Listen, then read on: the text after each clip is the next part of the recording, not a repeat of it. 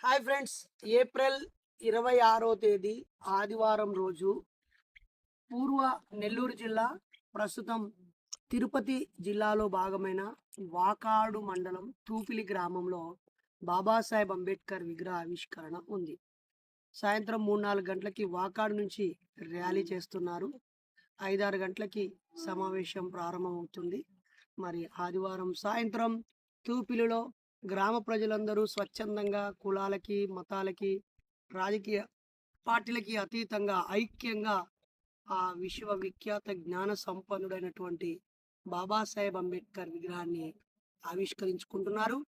ఆవిష్కర్తగా నన్ను ఒక గెస్ట్‌గా ఆహ్వానించినందుకు అక్కడి నిర్వాహకులకి కృతజ్ఞతలు తెలియజేస్తూ, నేను నా కుటుంబంతో సాయంత్రం 3-4 గంటలకే వాకాడుకొస్తున్నాను.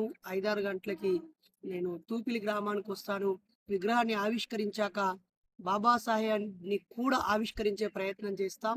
ఆయన జీవితాన్ని, ఆయన పోరాటాన్ని, ఆయన మేధస్సుని, ఆయన ఈ సమాజంలో ఏ మార్పు కోరుతున్నాడు, ఆయన జీవనానికి ఏ దారి చూపించాడు, ఇప్పుడున్న సమాజంలో ఎదుర్కొనే సమస్యలకి ఆయన రాజ్యాంగబద్ధంగా ఇచ్చిన పరిష్కారం ఏమిటి, మహిళలకు ఏం చేశాడు, పిల్లల కోసం ఏం చేశాడు, యువతకి ఏ మార్గనిర్దేశం చేశాడు, ఈ దేశం ఎలా ఉండాలని కలలు కన్నాడో ఆవిష్కరించే ప్రయత్నం చేస్తాను.